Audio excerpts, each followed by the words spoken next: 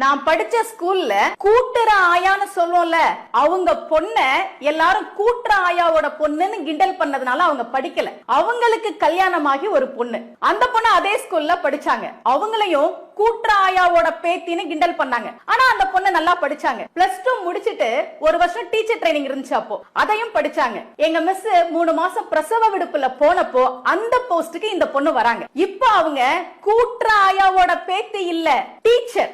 அவங்க கூட்டுற ஆயா இல்ல, டீச்சரோட பாட்டி, டீச்சர் பாட்டி. 30 வருஷமா கூட்டுற ஆயான்னு இருந்த பேரை ஒரே நாள்ல டீச்சர் பாட்டின்னு சொல்ல வச்சது எது?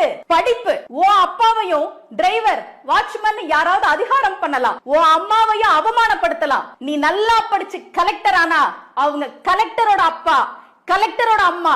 நீ நல்லா படிச்சா உன் பரம்பரைக்கே மரியாதை கிடைக்கும். நல்லா படி.